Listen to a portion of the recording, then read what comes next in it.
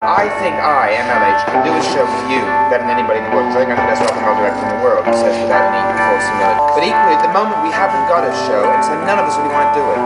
Yeah, the trouble is, that's why, like George is saying, as he's saying, none of us want to do the show because there ain't a show.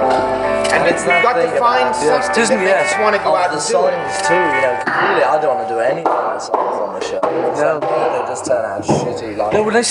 This is where I think, though. This is where I think they come out like a compromise, whereas in a studio they can work on them till you want to get it how you want. Last year you were telling me that you can do anything you want, Paul. Anything you desire, you can do. Yeah. Now, but these days, but you have to desire it.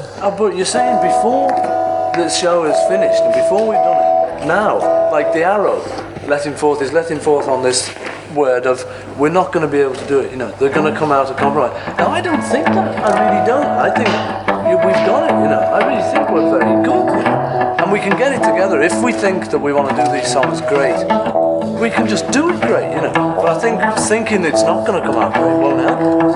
That is like meditation, where you get into a bummer and you come out of it and don't go through it, And I think we can help if we, on anything like that. You're sick of playing the drums. Well, we've all got to say, look, we're sick too, pat, look, it's all the same, and go through it. It's no use to say, well, fuck it.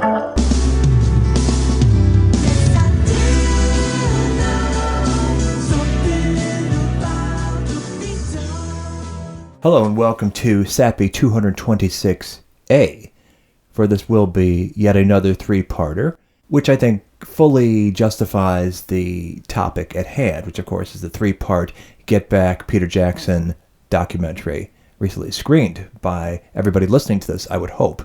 And I'm also thinking, just as a best practice going forward, a lot of times I have conversations on the show, and historically, SAPI has often had conversations that went hour and a half, 2 hours, sometimes 3 hours, that you guys would rather get it split up into parts that are easier to digest rather than one big hunk, which is the way I had been doing it for a lot of the show's history.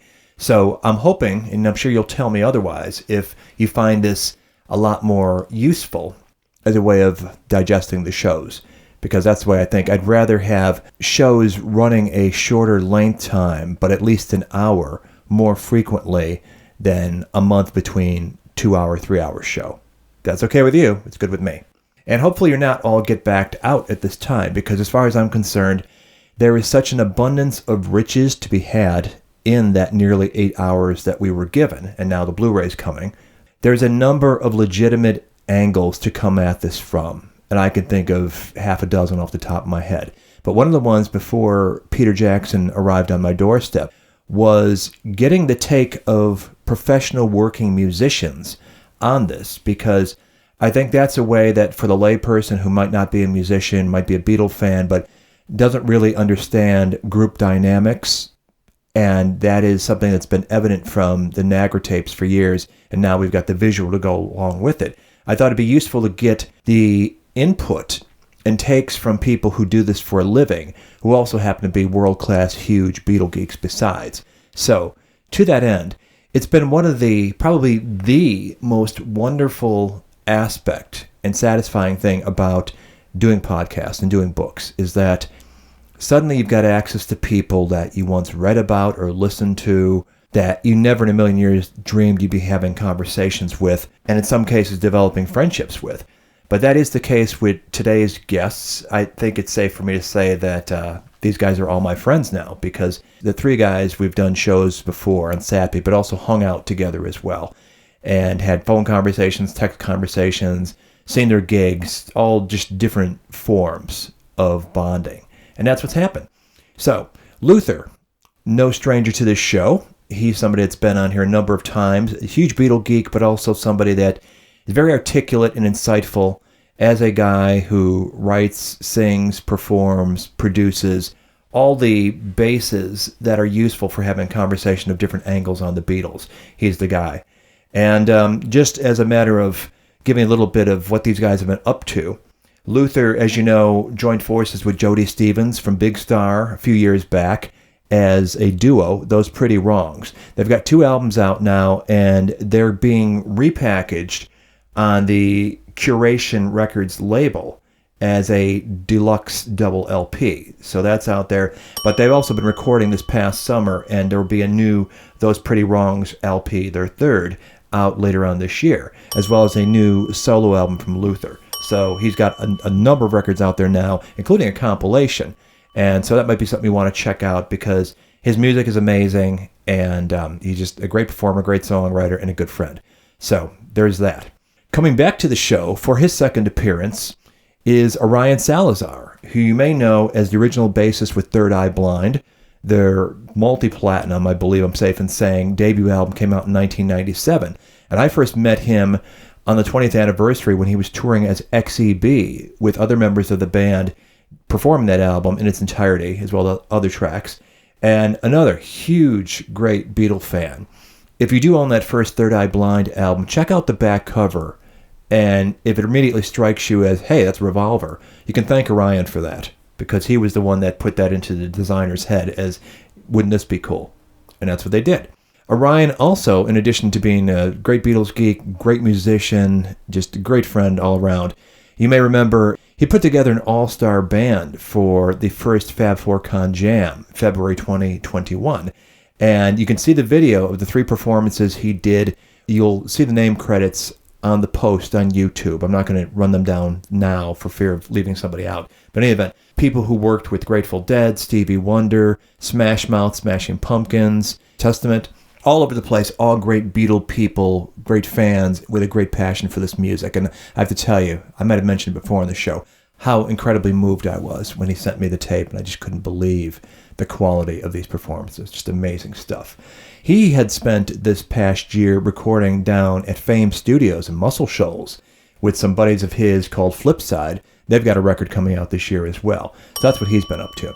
Next on the show, we have Pat Sansone. You know him from Wilco, primarily, but also from a project he's got called The Autumn Defense that's done some recordings as well. I used one of their songs on the show that he was on, which aired in the fall of 2021 on Sgt. Pepper. Big, passionate Beatle fan, extremely insightful and articulate when he gets going on the Beatles, and a super guy. That was his first show. This is his second. I hope to have him back for more, because he was just a superb guest, and I thank Luther for introducing him and bringing him to the show. He has got out, in terms of product, side projects, there's a 7-inch single he put out on vinyl of some solo stuff that definitely has this sort of fab, psychedelic vibe to it.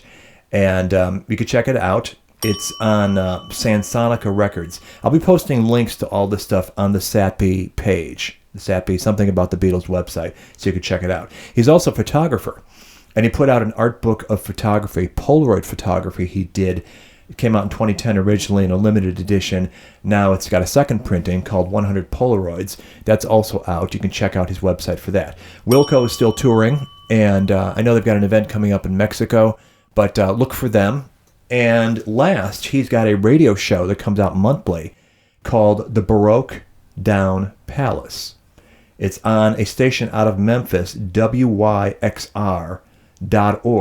Again, the links will be on the SomethingAboutTheBeatles.com page. But it's a 2-hour show he does once a month, centering on rock, pop, soul, folk, music of the 60s and 70s, featuring symphonic embellishments or influence in some way. So I'm sure he's had the Left Bank on there in some capacity, but you get the idea, and it's amazing stuff. New to the show, but not new to hosting a radio show as it happens. Did I ever mention I've got a radio show too?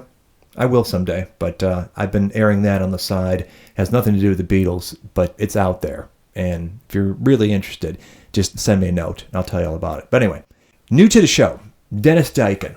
Of course, founding member and drummer of the Smithereens.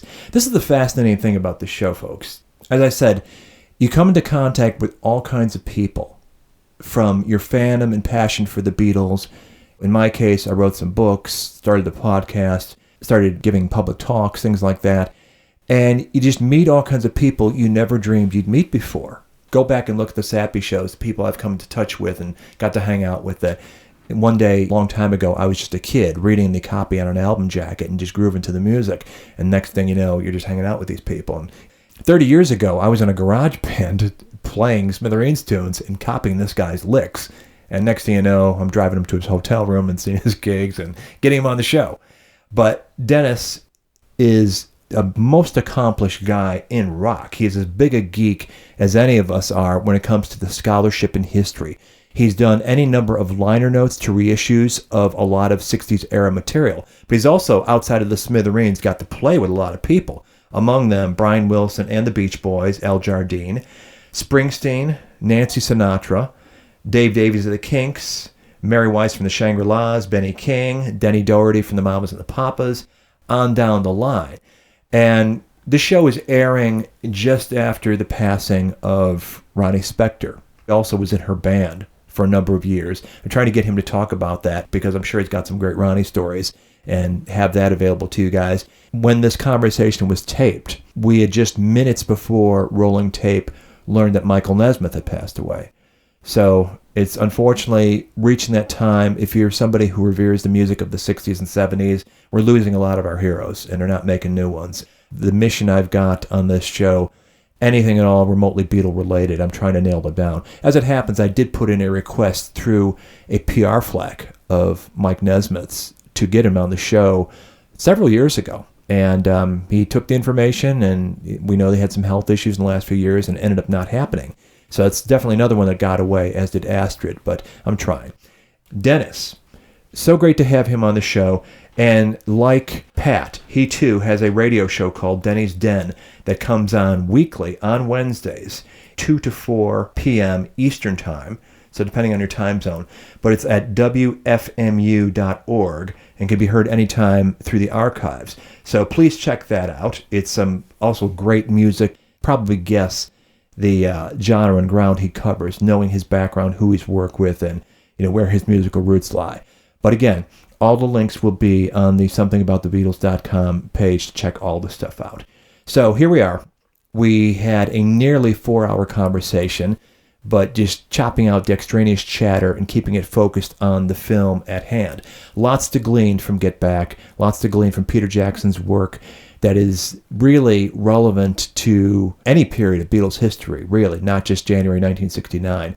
When you really start to study the insights, their relations with each other and their approach to work and any number of things. It just goes on and on and on. So I've talked enough right now. Let's get rolling with part 1 of the musician's take on Peter Jackson's Get Back. So I'm rewatching the whole, I'll play if you want me to play, the whole context of it, like I rewatched yesterday. I found it really interesting. Like, I've always kind of had this thing in my head, like Paul's being overbearing, but maybe George is being a little sensitive.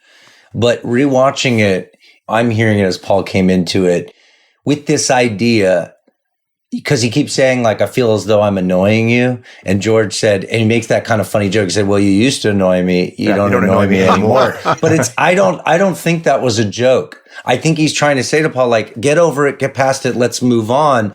And Paul keeps sticking with this idea that if you watch again, you notice he just keeps coming back to this thing of like, focusing back in on George. And no one likes to be focused on in a band, like when you're in a band, it's like, come on, let's just be a band. And he's kind of like insisting, no, I'm annoying you. You're taking things personally. And George keeps trying to say, like, I'm not, let's just move on. Like, it's good. And even John pipes in saying, yeah, let's just fucking rock it, whatever. So I think Paul is bringing the baggage, because then after that, he says, like, what's the quote when he says, I don't want to be the leader? I can't remember the exact quote. He's like, I've been the boss now for like the last couple of years.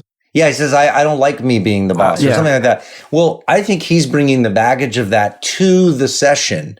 He's bringing that perspective, and that's in his head. The classic thing of philosophy of, I forget what school of philosophy, but there's a lot to say in our interpretation of words.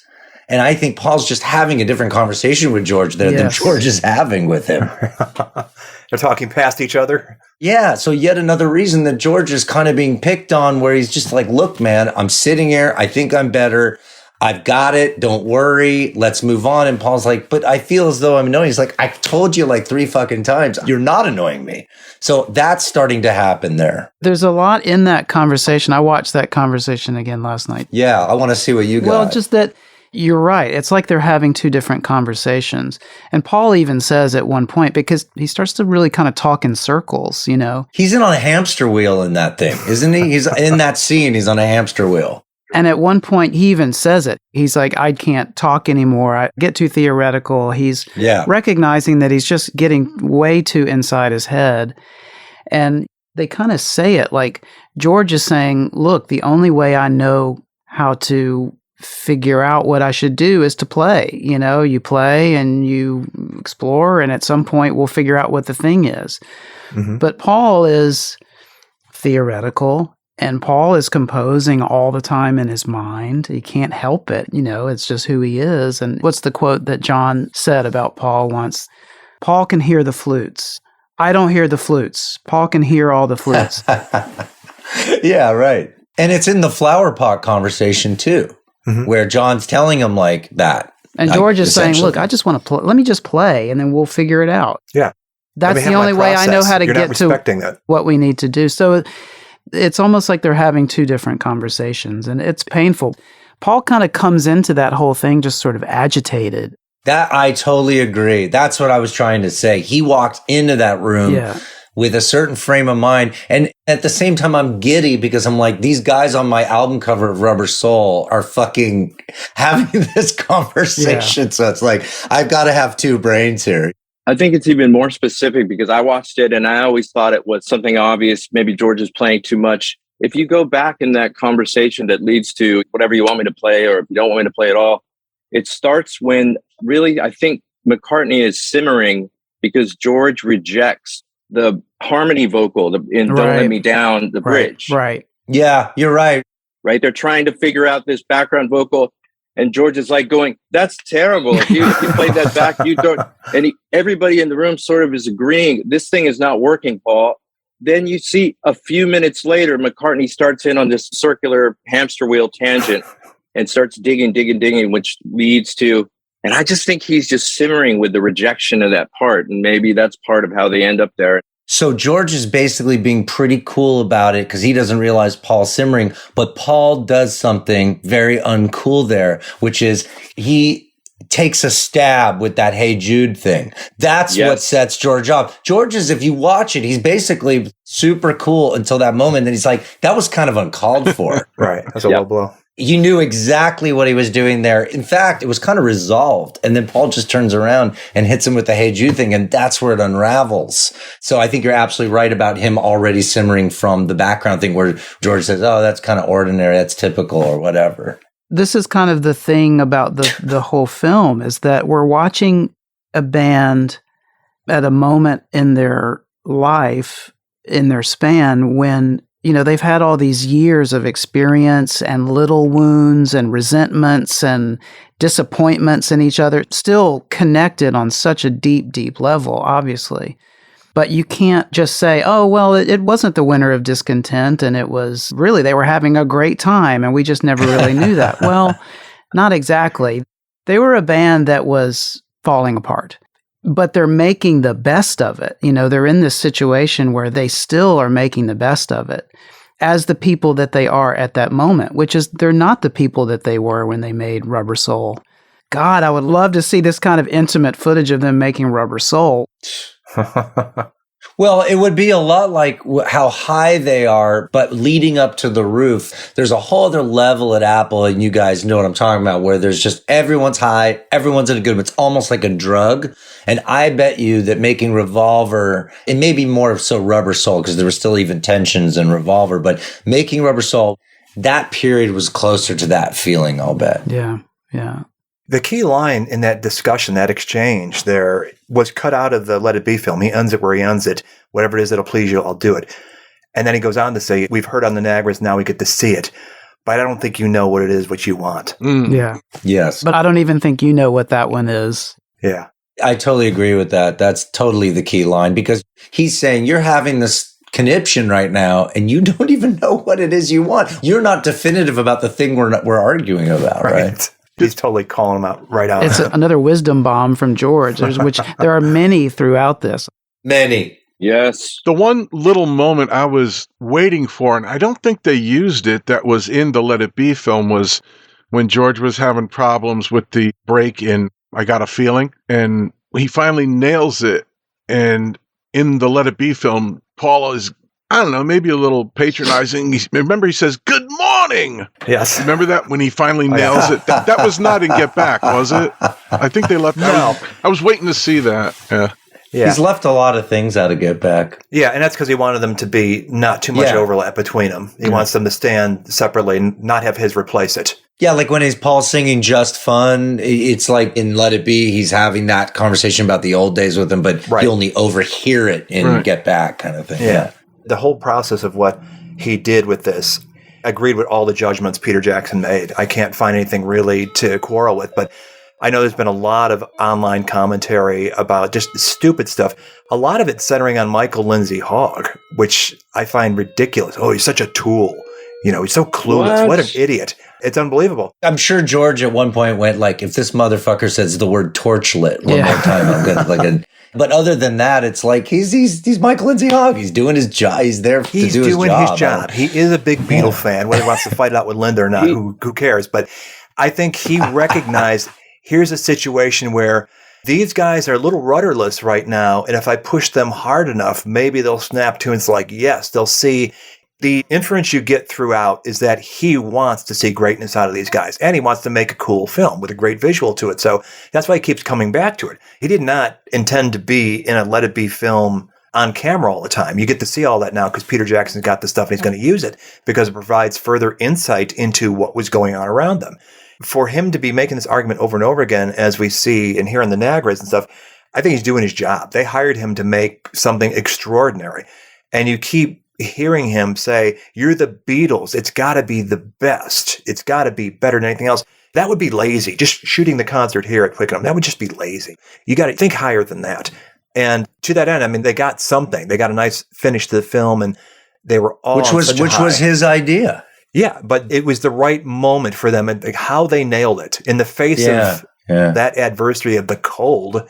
And up until the last minute, should we do this? I think it's too far out, but they do it, and boy, did they rise to the occasion, which I think was what Paul intuited all along, is give these guys a proper challenge and something to focus on, and they'll hit it every time. I have a newfound respect for Michael Lindsay Hogg. I think he did an incredible job, actually, with and you can tell that he's a super music fan nerd with all the sort of loving close-ups of like Studer tape machines and tape boxes and Leslie foot pedals. Hallelujah. You know what I mean? He filmed a lot of good stuff, and he did the Ready, Steady, Go. He was the Ready, Steady, Go guy, right? Yep. Yeah. You can think back to The Who playing Anyhow, Anyway, Anywhere. Yeah. And like zoomed shots of Keith Moon's. It just feels like there's a music lover filming these things in these shots. You can feel the love. 100%. Look at the Paperback Writer and Rain promos. Exactly. Yeah. So I think Peter called it. Actually, Michael Lindsay Hogg was like, thank God for that guy being the guy at the time. Yeah, because he didn't see himself as a strict documentary maker. He wasn't going to do a Pennybaker or Maysles Brothers. He was going to film it like a guy who's steeped in music and know how to have that intuitive visual accompaniment to what we're hearing. Yeah. Did anyone else find it strange that he made that whole comparison with Orson Welles when he was when he was in there? You just want to scream at things like, "'Cause he's your dad." Yeah. That kind of thing. But yeah, he's a pro, and it shouldn't be lost on all the fans too that the Beatles accepted him, because like when they're talking all that inside Beatles stuff, you can tell Lindsay Hogg. I mean, it would have been so clear on 8 hours of footage if they were telegraphing that they didn't accept him, because he would be throwing in stuff into their humor and they would have been just like rebuffing it right away. Even certain people get a little rebuff sometimes, but Lindsay Hogg, they always answer, always come back to him. There's a repartee there that I think shows that they accept him. Oh, totally. Yeah. And he's not afraid of them. No, he's not afraid of them at all. I love his little self-deprecating crack about, if I'd quit, you wouldn't even notice. No, that was a great joke. Yeah. They all laughed, and he was pushing it right before that too, because it was a very tense moment. Right. He was very much pushing it, but rewatching the thing, I realized how stunned I must have been watching it for the first time, because I'm rewatching, I'm going, okay, now I can see this. Now it doesn't just seem like some kind of dream. But you see, I think one of the things about doing that's wrong about doing the show here is it's too easy. Like when we're in the car looking for locations, glorified boutiques. Then that's when we first started talking about going. And then Dennis said, "Well, let's do a Twickenham," and Neil said, "Let's do a Twickenham," because it's so easy. Dennis and I've got all that. And I think that's wrong. I don't mean we should put obstacles in our way, but also in a funny way, like you were talking about, you and Brian, to fight, which was a strong thing. We're not putting any obstacles in our way. I'm putting that badly, but we should have some force to resist. We should really have to make it, but just doing it in the backyard. I mean, it's literally it's almost your backyard, it's close to your backyard than anyway, but we're doing it in the backyard. I think that's too easy. Yeah, this is right. We're not fighting it. There's no balls to the show at all, because there's no balls. I mean, I'm included. There's no balls in any of us. Right. Yeah. And that's why I think we're all being soft about it. We're all being soft about it. If you want to do a show and you've decided, which is your decision, and any of you can opt in, but if you all have decided to do a show, then it should be the best show, and whatever slight inconveniences there are, it's got to be as good as you are, because once you hit that audience, I mean, we can all talk about like this in here. Once you hit that audience, you are the Beatles. You aren't four jerks. You know what I mean? And I'm not saying you've got to think of them. That's really my job, because when you're playing your guitar, you don't want to think about all those millions of unwashed. But like, that's maybe my job. But you know who you are. And so far, the show side of the operation isn't good enough for you. I mean, I think we're all being soft. And it's all too easy. Well, what kind of obstacles are you talking about? Well, I don't know, but that was the pep talk for the morning. Yes, but what kind of obstacle? Just give a bad example. The bad example is the going away. Going away, Yeah. That's the bad example. So that we'd be in a sort of scene. Yeah. Having to do a thing in a framework. Yeah. That's it. It's no sort of framework. That's why I jumped up there. It's like hard to That's why. Yeah. Just answer that. See, because that was using that as a talking point. That was a framework. That was a challenge. I don't mean that in a boring way, because you didn't know who the hell the audience was going to be. That was all kind of things like acoustically, which may interest you even more, is the presence of open air, which you know about, which how great it is. But that was a framework. That was taking you away. I'm not talking again like the critic from The Guardian. That was taking you away from the environment. See, no, listen. You know what I mean? And that was just, pow, there you are. And pow, how are you going to deal with it? And pow, it's going to be fantastic. That was pow, you see. And we ain't got no pow at the moment. The only thing about that is that we don't want to go away. I know. You know, I as a know. sort And of I know if I say it again, I didn't get a big left-handed fist in the teeth. Have any of you guys watched Let It Be recently? I watched it just the night before, or a couple of nights before. You're a fan. No, I've watched it not long ago, but yeah, what'd you think, Pat? I'm a bit of a defender of Let It Be. Me too. It's funny, about 3 years ago, or whenever the announcement, when was the announcement made that 2019, this was happening? Was when it went public. I was in Mexico for a festival thing, and my girlfriend and I were having dinner, and we started talking about Let It Be. And she's really into film, and she's been involved in filmmaking and stuff. So we were kind of talking about how Let It Be has never really been seen properly because it was filmed on 16 and then blown up to 35 and had a weird crop and then got bounced back down again for home video and TV. Yeah, so this Beatles film, Let It Be, has never really been seen properly. And the only way any of us have really seen it has been these bad dubbed copies from a compromised source in the first place. So anyway, I was just on this tangent about it. Mm-hmm. And I went online to look this up to just so I could give her the specific technical stuff and make sure that I wasn't imagining it. And it had just been announced that day that Peter Jackson was doing this. That was like, wow, this is bizarre. Like nobody's talked about Let It Be for years, and looks like Peter Jackson's doing a recut. You manifested it. Maybe so. Thank you, Pat. Hey, I'm here to help. I'm here to help. But part of that original announcement was that there was going to be a restored version of the original film, which I guess it's still a guess as to whether or not that's going to happen. They say it is now. Oh, great. And it'll be seen finally like it never was seen before. Because like you point out, not only was the aspect ratio continually tampered with because, well, now we got to make a widescreen for the cinema, so we're going to chop this top and bottom off. And, and then every time it went to home video, more got lost. Yeah. But as Peter Jackson pointed out, it was 16 millimeter shot for TV, got blown up, you lost something there. Grainy, you lost some of the color saturation, all that stuff. We can fix all that now. It'll look the way in Michael Lindsay Hogg's brain it should have looked in 1970. So that's the good news. I love that moment in the film too when they're talking about that. And McCartney goes, yes, 16 blown up to 35 is a nightmare. And then they start having a discussion about film stock. I'm like, this. How aware were they? I was like, It's this crazy. is my worlds combining. Like, the Beatles talking about Ektachrome film stock, This is the greatest thing I've ever seen. But just to get back to the original point is that I think Let It Be is a really interesting document of its time, not just of the Beatles. I mean, obviously it doesn't tell the whole story. Nothing's going to tell the whole story. Even as we were saying, even as deep of a dive as Get Back is, it doesn't tell the entire story. But doesn't it tell Michael Lindsay Hogg's story more than, say, this film would? I mean, it's closer to his story.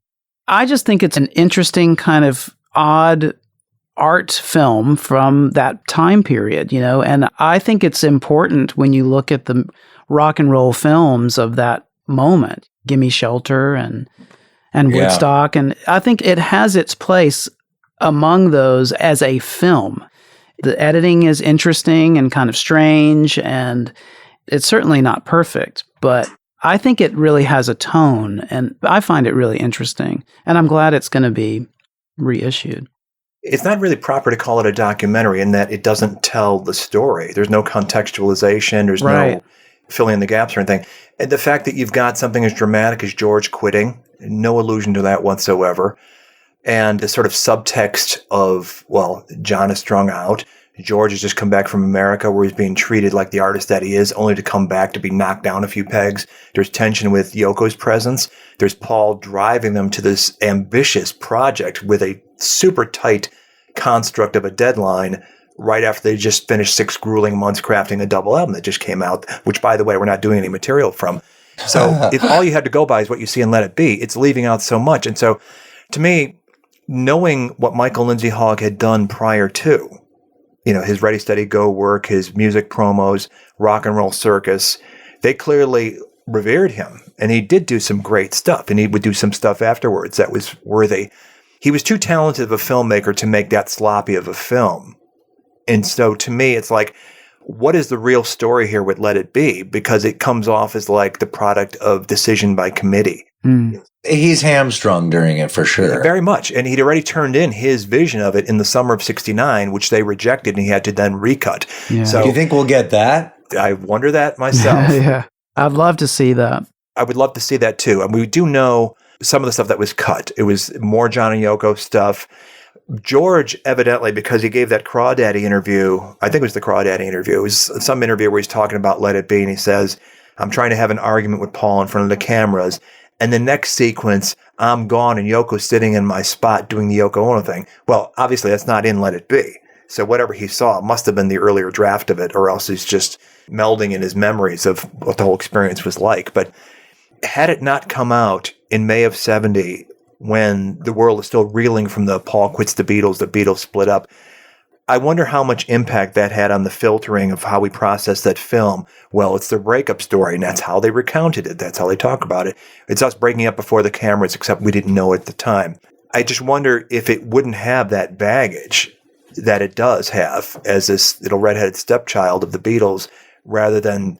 There was a great story to be told there that I don't think quite comes off in the Let It Be film. For as enjoyable as it is, I think the arc of that, which is them starting out wanting to do something grand and ambitious, not quite figuring out what it is, nearly crashing and burning early on, talk of divorce, George quits 3 days later, now what are we going to do? And then there were 2. And then seizing that victory out of the jaws of defeat and coming out on this high that even John wants to keep going with. The guy, I wanted to quit the Beatles in '66. Well, no, you didn't. You're pretty enthused about going on at this point.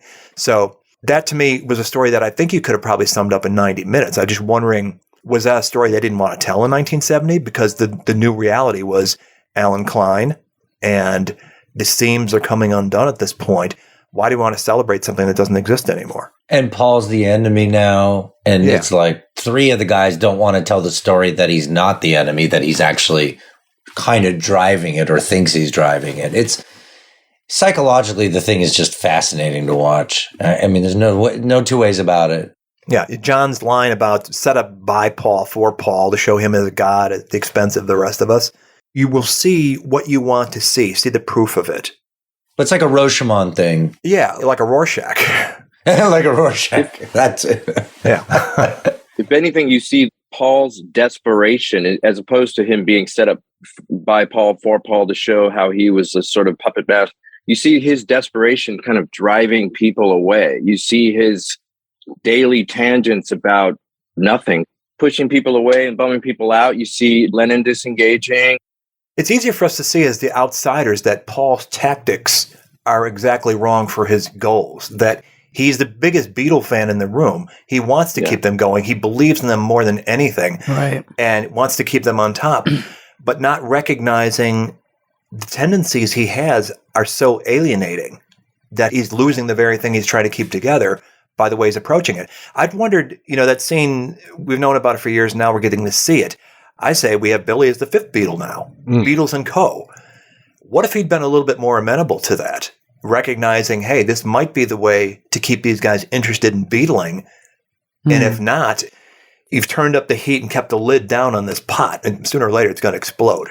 Mm-hmm. I wonder if he recognized in hindsight that might have been my moment to keep this group going. I think he was more spooked by the cameras than he thought it would be. It was kind of his idea. And then you see him, even when they have that problem, Paul kind of goes like, I can't do this on camera. He gets up for a second and walks away. Then he sort of comes back. That to me is the tell that he's the most, and we all know it classically, he was the most uncomfortable on camera. He was stiff in Hard Day's Night. He's just not like John. Or even George. He tried too hard. He tried too hard. But in this case, I think he's spooked by it. And I don't think that lets up really until you bring up the Billy Preston thing. I think if he had been more relaxed, he may have just been kind of more, they all unwind a bit by that point. But I just don't think what his tactics are. I think he realizes very quickly they don't look good on camera, his tactics. They may look good in the closed room. The ladies are back at home. They're the Beatles in the hot seat in the kitchen with George Martin. It works in a clinical environment in a laboratory because there's no feelings there. But suddenly the cameras are open up and anyone is invited. It's not working. Yeah. That's my take. Yeah. It's a tough gig too. Not knocking on like Paul. It's a tough thing to try to maneuver and make it work. Yeah, but also just to not knock on Paul for a second, what's also happening is that you've never seen anyone more creatively on fire in their life. He's like, oh, I actually know. In fact, I wrote this last night, and it's like sitting in the backseat of my car. And every single thing he's pulling out is a fucking masterpiece. I don't care what anybody says. It doesn't matter if it was a year ago or if it's going to come out a year from now. The guy's on fire, and that must be very difficult too, because he's just brimming. Like, do you guys see it that way? Yeah. But at least he's got his avenue for getting that out, and George doesn't. George, who is just as on fire with some amazing stuff. Totally agree. Arguably better than some of the stuff Lennon and McCartney are putting out at that point. That's another tragedy happening. Yeah. Paul is in the hot seat with his tactics, but he's also having his purple patch. George, on the other hand, absolutely a tragedy too, because he's on fire. John's just kind of whatever. He's got his he's got his crutch there, so he's cool, whether it's heroin or Yoko or the Beatles themselves. But George it's stunning what's happening. And all his decisions are right. Let's go to Apple. Yes. Let's use my gear. Let's bring in Billy Preston. Every single thing in retrospect, you see all the things, like you said, the things he said that were cut out. You're like, oh my God, he's so wise. Like, if they just listen to George, they might actually get somewhere, it almost seems, right? If John didn't have his drug problem at the time, do you think that he would have fed off of all that energy, and would he been coming up with new ideas? I don't know if he would be. It's quite possible. He was on a high creatively during the White Album. All the stuff that came out of in Rishikesh and a little bit after that. He saw that as a sweet spot as a songwriter for him that probably unheard since Rubber Soul. He's tapped out. Yeah, he was tapped out. But the heroin part, yeah, you're right about that. Did that have an inhibiting factor on his creativity? I'm starting to think it's helping. Aside from the heroin, why is he tapped out? Because they all contributed to the White Album. I don't see it personally. I don't see him being tapped out so much. I feel like he's focused.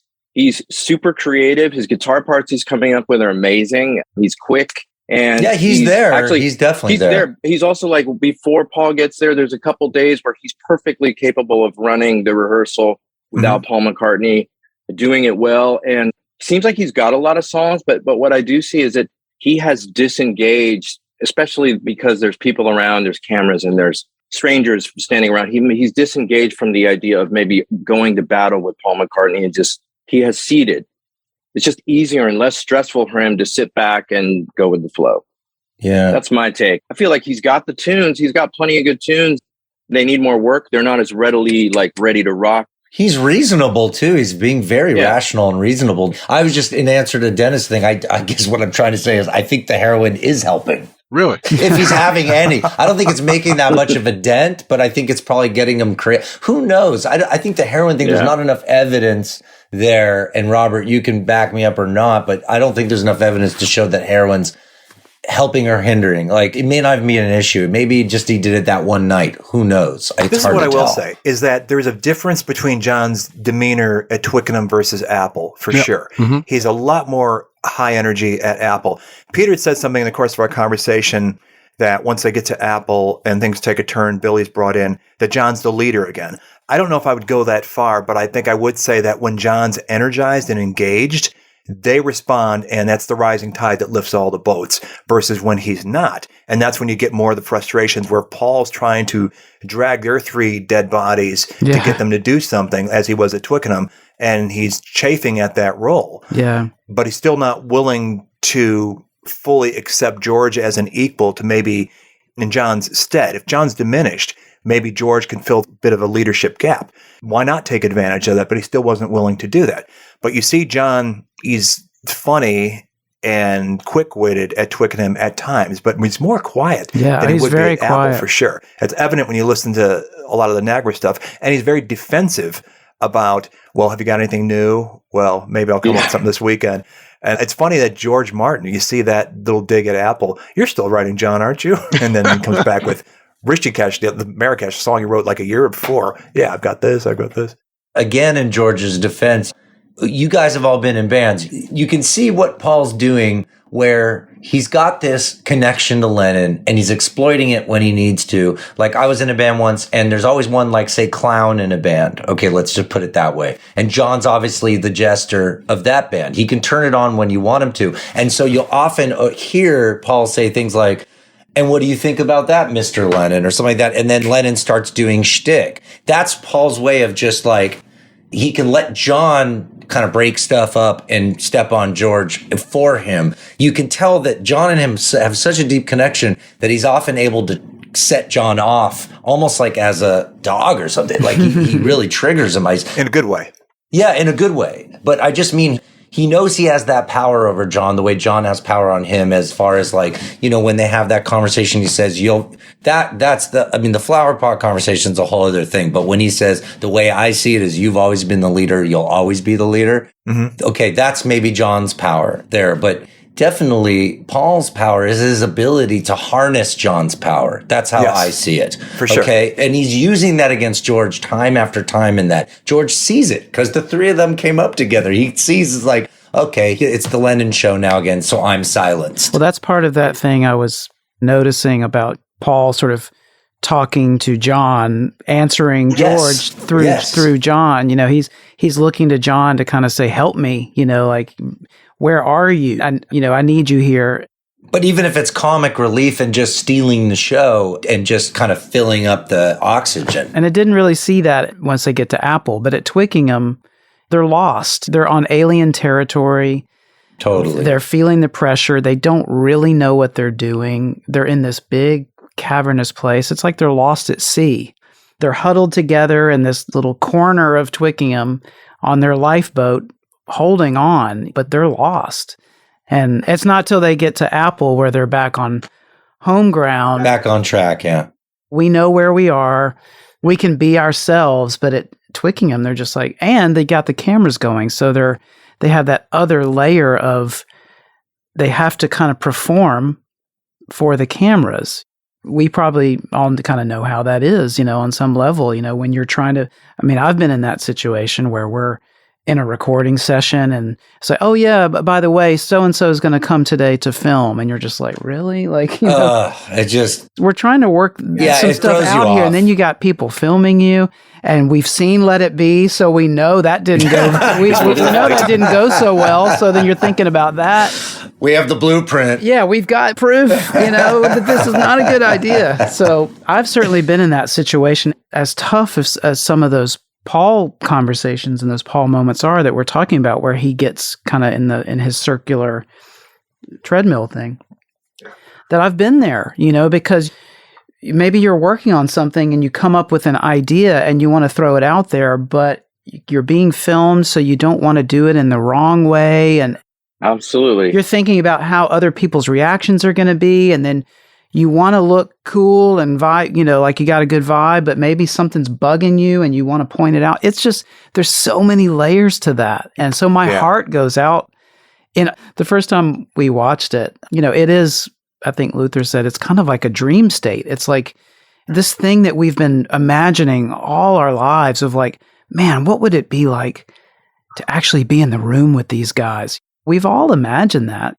And then all of a sudden, we're in the room with these guys in such an intimate way.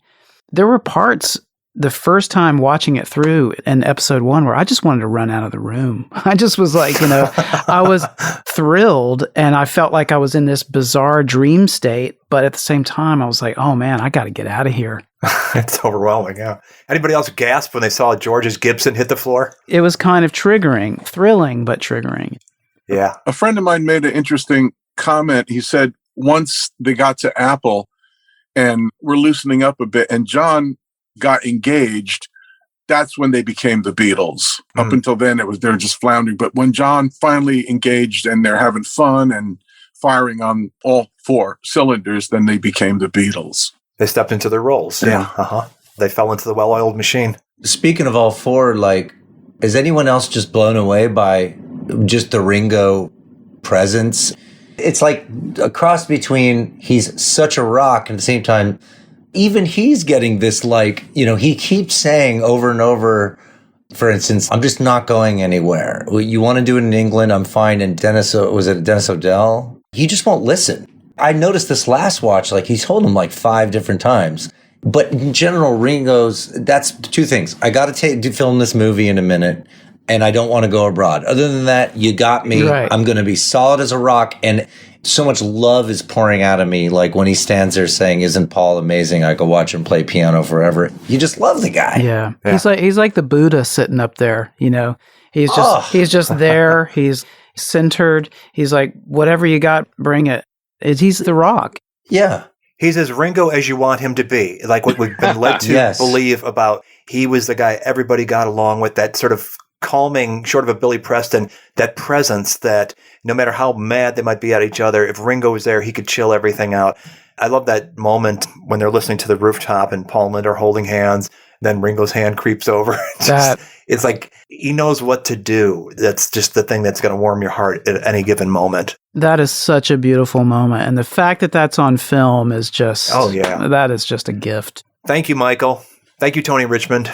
Exactly. Thank you, Mike Lindsay Hogg. Like, that's the perfect example. Thank God for him. I see why Peter Jackson is so thankful for everything he had to work with. Yeah. And was able to facilitate everything. Total gift. I mean, there's so much to talk about, and I know we're bouncing around, but as long as you're bringing up the playback session after The Roof, I mean, you can go part by part, whatever you want to do, but basically The Roof in context to me is the holy grail of the whole thing. And that's the part that I'll never get over. I don't give a shit if people talking during this. I don't care if he's got 3 screens going. The fact you get to see them thinking of the roof, agreeing on the roof, casing the roof, going onto the roof, looking over the edge. Yes. At the end of it, leaving the roof, then going down for the playback. I mean, the little things of this thing, just how Glenn was communicating with him from down. You know, I worked with Glenn. I could have asked him half this shit, but there you go. You see it.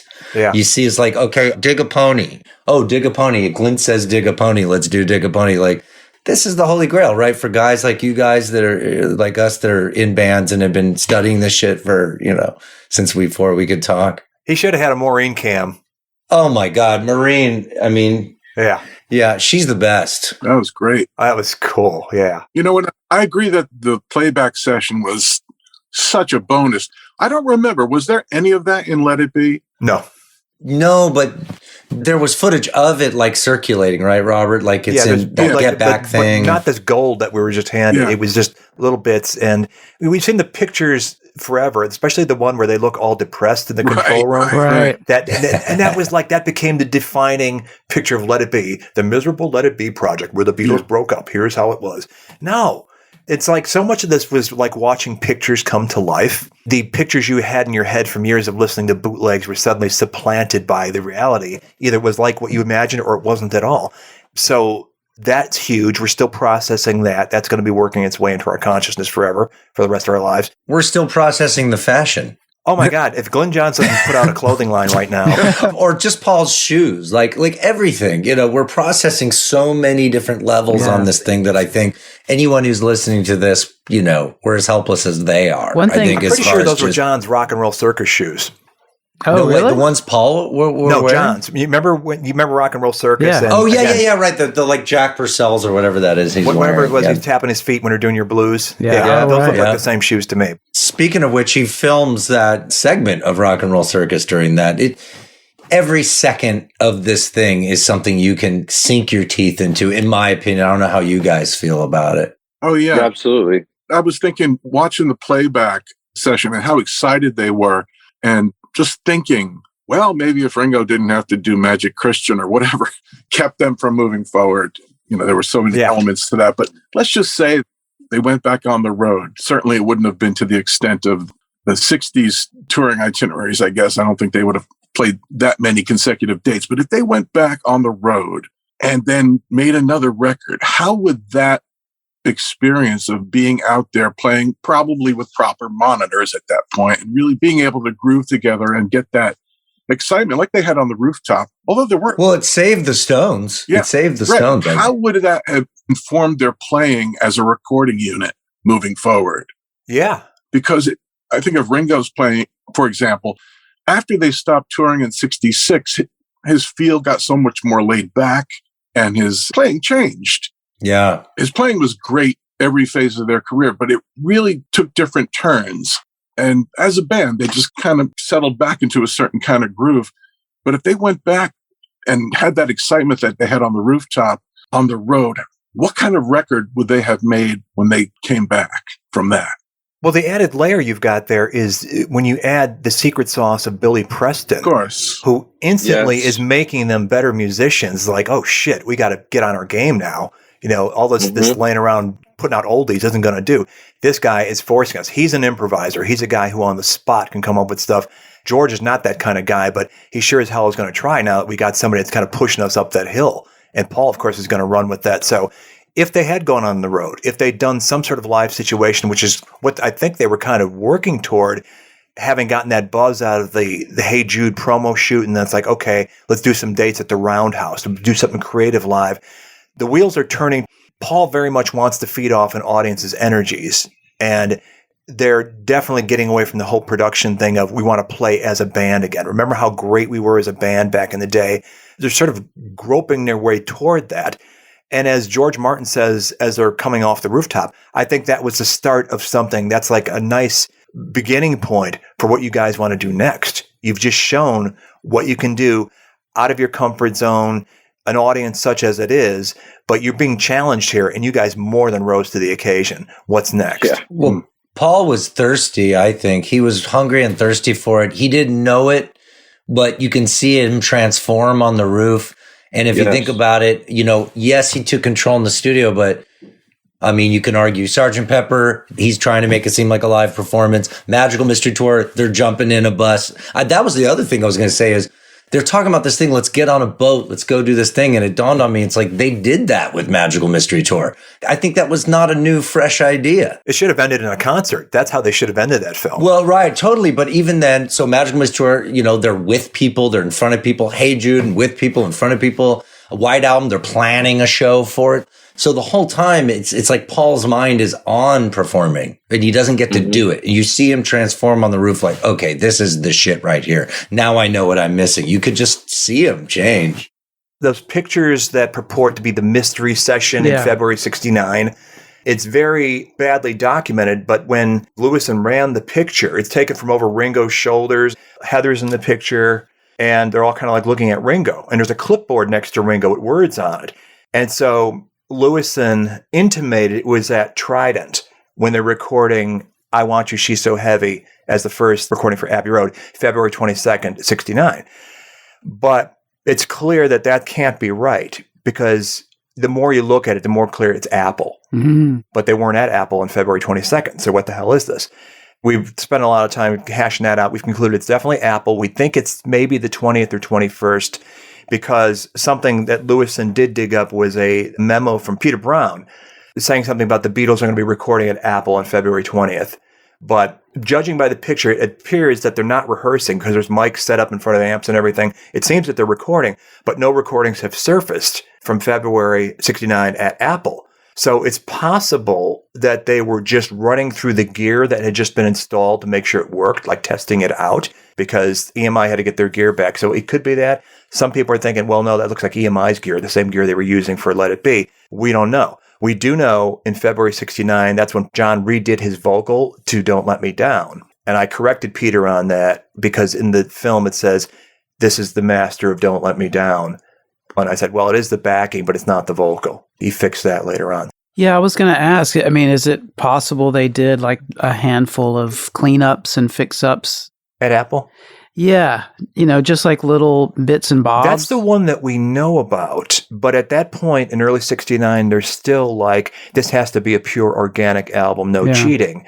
So the stuff that happened the following year when Spector got brought on board, percussion overdubs, new solo, new vocals, that was all a whole different kettle of fish. I think Paul replaced John's bass on Let It Be, but for some reason not on Long and Winding Road, which is like full of clams. So I don't know.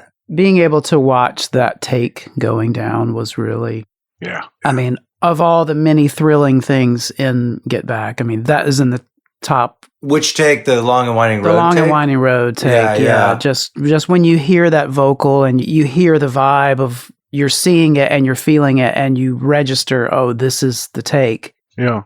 And then he tells you it's the take. First of all, that's just wonderful filmmaking, the way he kind of gave us a moment to recognize it ourselves.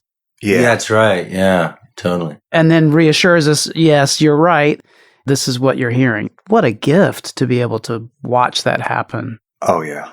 What's that Palace of the King of the Birds? Just to ask the group, why wasn't that on the Let It Be box set? Yeah. Well, it took him a while to finish it, but what's interesting is that it got group credited in Peter Jackson's thing, but Paul ended up putting it out at some point in the 90s as a Paul McCartney thing.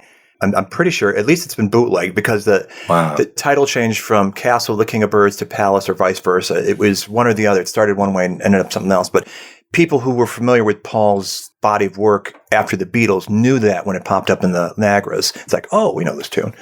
So, yeah, I'm glad to see a visual to that, like so much else. So much stuff that, since I was a teenager and I acquired Sweet Apple Tracks, double LP bootleg, getting the visual to go to it, to what you've been hearing, what's in your DNA now, like Bathroom Window. Ugh. Get a job, cop, that one. That is the best version of that song. I think I like it better than Abbey Road. I just watched it with my dad and just cranked it. That just blew my mind. Well, that was a highlight for me, personally. Yeah, for sure. Now, were there not a few other master takes that we actually saw on film happening? Get Back, right? Was that in there? Let It Be was not, right?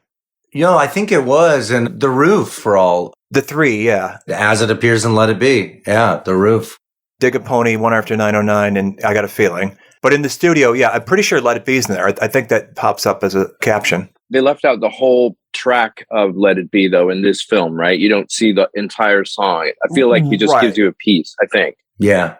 They didn't show the complete master being tracked, but I know that Peter Jackson was pretty upfront about this is not intended to replace the Let It Be film. It's meant as a sort of companion piece to it. And so if it was intact, even if it wasn't the master take, but a complete performance, he was going to honor Michael Lindsay Hogg and not use the same exact performance or footage. So there were some people complaining about, well, he shows the whole rooftop, but half of it's intercut with interview inlays or people talking. We don't care about that. We just want to see the rooftop. Well, you still have the rooftop. You're going to have the rooftop when it comes out remastered next year. People say, well, I Got a Feeling has got those people intercut in it in the Michael Lindsay Hogg film. I have to think there's going to be bonus footage minus the interviews stuck on the Blu-ray of that. If they've got it in hand, they're not going to deny you that at this point. Is it officially a successful broadcast? Do you think Disney's happy and they will do a Blu-ray? In other words, officially speaking? He said that to us, and that was before it was public knowledge. Like, yeah, they're going to do a Blu-ray, but how much beyond that? Bonus footage? That's where he wants to get a movement going. So I'm going to hit him up for an email or something. There we go. Where do you want people sending their requests? I will mobilize an army for this. Yeah. Don't worry. That's what he really wants to see happening. So he says if you put the pressure on, they'll have to respond to it. I mean, I'll just go ahead and say I want to see every hour. I think we all do. We'd all watch every 40, 48, 9 hours, whatever it is. In sort of my perfect fantasy world, if there were a Blu-ray release, it would be amazing to have a bonus disc that's just all full performances. Yes. Because the story and all the other stuff, it's all incredible. But as I've gone back and rewatched, that is the thing that I always want more of. I would love to be able to just really get lost in a full performance of Don't Let Me Down or The Long and Winding Road, any of them. You can make a video album out of it, right? I know they've cobbled together an I Me Mind video because they only did it once at Twickenham, and then they did the master at Abbey Road a year later. That's on the album. Maggie May, we see a bit of it in the film, but it's not the album version. They could put together something that would, however, 12 songs or whatever it is, and then stick Don't Let Me Down on there, which was unbelievably absent from the original album, and then add other things. They could add sort of like a bonus side order of fries, something, All Things Must Pass, Susie's Parlor, all this other stuff that they did, which is cool. Commonwealth, the whole of George's acoustic set on January 9th. I would love to see all of that. That was what I was going to ask you about, Robert. Do we know that there's any more of, say, Mama, You've Been on My Mind? To my knowledge, that is as much as there was. No. You had the audio forever, right? And the audio's short, right? It's all 3 songs. Threw It All Away, Mama, You've Been on My Mind. But doesn't George cut them off himself? Doesn't he not give you a full... No, he just sort of drifts into it. And when he starts to do it, now we've got the actual picture. Before we just had the mental picture of him. I just thought he was like sitting to the side with his acoustic and just started playing for himself. Because for the first couple minutes, you hear John chopping away at his electric guitar before he finally shuts up. And you can hear George. And then at some point, somebody evidently moves a mic in front of his mouth because he's like off mic singing for the first couple of minutes. Now, what we know from Peter Jackson is any of those kind of audio problems, he's got it fixed. He's got the demixing technology that he was able to take out individual instruments and focus in on one thing, which opens the whole other kettle of fish. Right. Well, then, take those Nagras, isolate them, mix them properly, and you can make a Twickenham soundtrack of nothing but music. Who wouldn't want that? It's insane. Totally insane. Yeah. That Mama, You've Been on My Mind, I mean, isn't that just one of the most stunning moments of the whole thing to me? Where they're just suddenly like Linda's leaning on Paul and John's just kind of watching George and he's singing this Dylan song. You just want it to last forever, man. Yeah, his voice. He did cop to that being a bit of filmmaker craft there, in that he could have kept the camera just on George for that, but in putting in the Paul Linda insert, which happened around it and not necessarily simultaneous with it. Right. But it's like, what other visual would you use? It's beautiful. He's got it in his hand. It's Where else beautiful. can I put it? Oh, I'll put it in this beautiful love ballad. You got to hand it to Peter Jackson as a filmmaker in this thing. Just making the right choices, because the more you rewatch it, you realize, it's just little things like when George is about to walk out, the way he starts doing a quick cut, a montage of Paul and John kind of ghosting him. Little things like that throughout the whole series, which just makes sense. Yeah, totally. And you have to be conscious of the fact when you're watching this thing that, number one, you're still seeing events through a keyhole. You're seeing what he is showing you, not all there is, and a lot of reality that might not have been caught on camera. So, for instance, just as an example, and I'm not saying this as any kind of editorial spin, but like within hours of the thing, that the final episode being broadcast for the last time, I'm seeing all over the internet, should we now apologize to Yoko? Oh, you mean because you watched 8 hours of Get Back and you think that's the reality? No, it is a distortion of reality. It is a condensation of reality, but you have no more idea about the reality of the Yoko situation than you do about Absolutely. John's heroin, about what was going on in George's head. You only know what was caught on film and what he elected to show you. I know that having spoken to him, and as the big Beatle fan that he is, he was very, very respectful of not wanting to put his own editorial spin on things. He wanted to present what was there to present, make the best use of the raw material, and not cut things in such a way that he could give an impression that he was trying to give. He was wanting to let them tell their own story as much as possible. Because we asked him, did the H word come up in this thing? Because we talked to him before we saw it. And I'm thinking, no way in hell is Disney going to devote 8 hours of real estate to something talking about or depicting heroin use. And he said, well, we had to fight them about the swear words for sure. But he goes, no, I didn't put like something on the screen about that or otherwise underscored because I thought it was much more useful and honest to let them tell their own story. And when John comes in talking about abusing himself and Paul, do we really have to talk about this in public, Mr. Lennon? Right. I thought that was fantastic. Yeah, it almost seems like John sort of forgets he's being filmed in that moment. Maybe. I don't know how he could. Yeah, I don't know, because everything we've ever seen of him obviously was on film because we weren't around him directly. And so he is a nonstop natural performer anyway. Whether he would be the same way with cameras there or not, we don't really know, but that's sort of his reputation. But I think they seemed a lot more self-conscious about the cameras at Twickenham, and that sort of wound down as the novelty wore off than they did much after that, except when they're being obvious about it, you know, the mugging and spotting where the cameras are placed and leaning into them, that sort of thing. The Yoko thing is odd because it also, as it pertains to the George walkout, I think he's probably being quote unquote respectful in that sense too, because clearly that had something to do with it and they allude to it in that. But take away her talking, take away alluding to the drug references, take away her maybe speaking for John in the first meeting, and maybe it just made George uptight for her to be there in the first place. We all know stuff surrounding this thing. She's still there, like some kind of art installation, like the entire time. Like you can habituate her out, but she's there and it's still odd. And I love her art. I love her music. We all love the classic legacy of the John and Yoko thing. The whole thing we love, but it doesn't have any bearing on the fact it's still strange. And it may have irked some people at various times. Of course it did.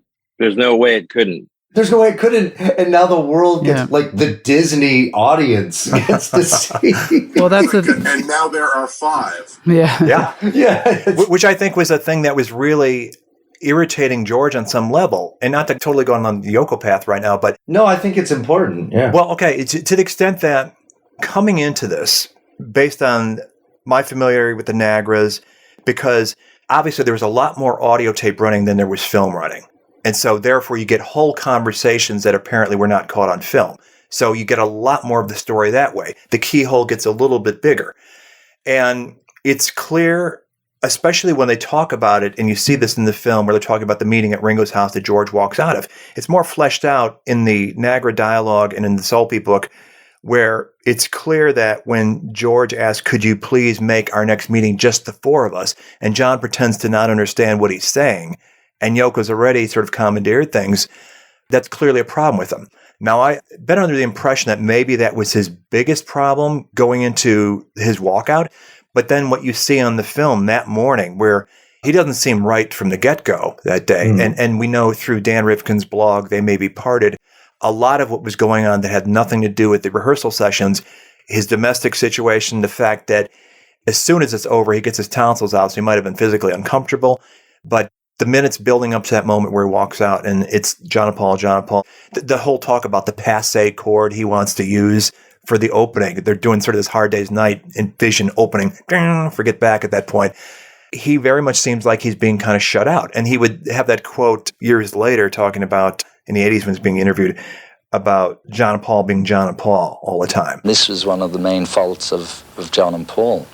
They were so busy being John and Paul, they failed to realize who else was around at the time.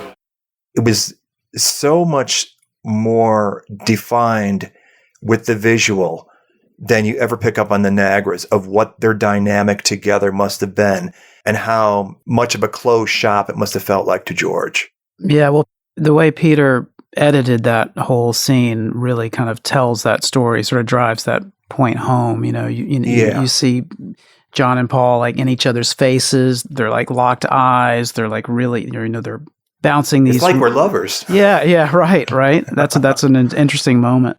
But they're like bouncing these fiery ideas back and forth. And one thing I noticed in their discussions is that George might interject something into the conversation, and Paul would sort of respond to John. In his response, he'd kind of go straight to John and sort of be answering George to John as if kind of saying, help me here, John. Yeah. And you just know that must have felt really alienating for George, because he's kind of over there saying, I'm here, I want to play. There's a moment at the beginning of the film that is so interesting and heartbreaking in a way. It's George kind of coming to the session, basically saying, I've been really working on my playing. Like, I can really play now. I can play some things now that I used to not be able to play.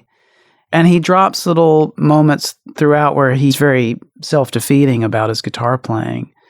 And that's tough to hear, because you just like, well, you're George Harrison. Like, we love the way you play. But, he's a young guy who's developing and learning and finding out who he is as a musician. It's just, there's so many nuances to just being in that space as a growing musician.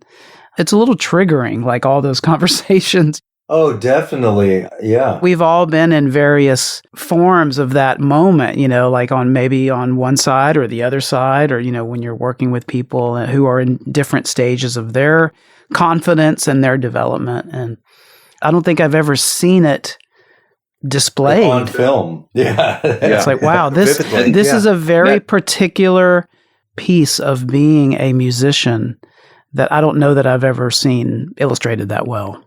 And like that apathy, the sort of general kind of apathy that's probably years in the making around George's stuff, filters down to everybody, to George Martin. Obviously, he's sort of looking down on him a little bit, and it creates the whole thing. Everybody around it is George is a little bit lesser than, and he's always having to speak up. There's a song where he's starting the intro of maybe For You, Blue, a couple times, and they have to say, hey, don't talk over his intro. They're tracking. Right. There's people talking, cameraman, I think. There's crew guys talking. That happens a couple times. Yeah. Which is uphill battle for him. And you hear it even more so on the Nagras, like when Commonwealth White Power is winding down and he goes, I got one. Or at one point he wants to do I Me Mine. And so Ringo starts playing the waltz tempo, and John and Paul immediately hijack it into House of the Rising Sun. Another time he wants to do For You Blue, and John goes, get off, and goes back to that whole White Power thing. Why don't you put it on the toast? I'll do one, but it's got acoustic guitar and no backing. Get off!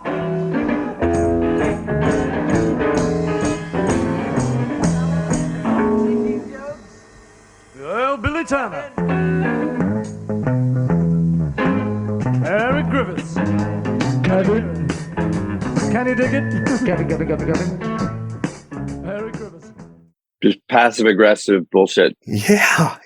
And I wondered when watching this, because everything you described, the dynamic about him being treated like the younger brother, if he hadn't in the Harrison family been the third of three boys, the youngest one, if he grew up with a different dynamic, I wonder if he would have been more assertive about his talents and his place in the Beatles. But he was so used to that, it felt natural to be like, okay, I'll just take what John and Paul give me and I won't fight for it. I wonder how much Jeff Emmerich gave him the air, too, because we know in his book he seems to be very negative against George for no good reason. He must have had a beef with him. You know what I concluded? Just as I don't know this to be true, but it's like if you're looking for motivations for the score settling in that book, when Badfinger had the hit with No Matter What from the No Dice album, and Emmerich was a hand in the production. Mal produced No Matter What, but Emmerich was in the mix too. And then they go to record the follow-up, the first take of Straight Up, and they turn it in. And it's got a lot more material than they ended up using, but Apple rejects it, and George is like, give me that. I'll produce them. and he starts doing the whole Harrisonian Spectre treatment of Day After Day, Name of the Game, that stuff. I wonder if a resentment developed there that, he sort of took over what was supposed to be Emmerich's baby, him producing it and them telling him, no, we're not going to put this out. Oh, yeah. I'm just guessing, but that's one beef he might have had. Yeah, that's true. End of part 1. Intermission.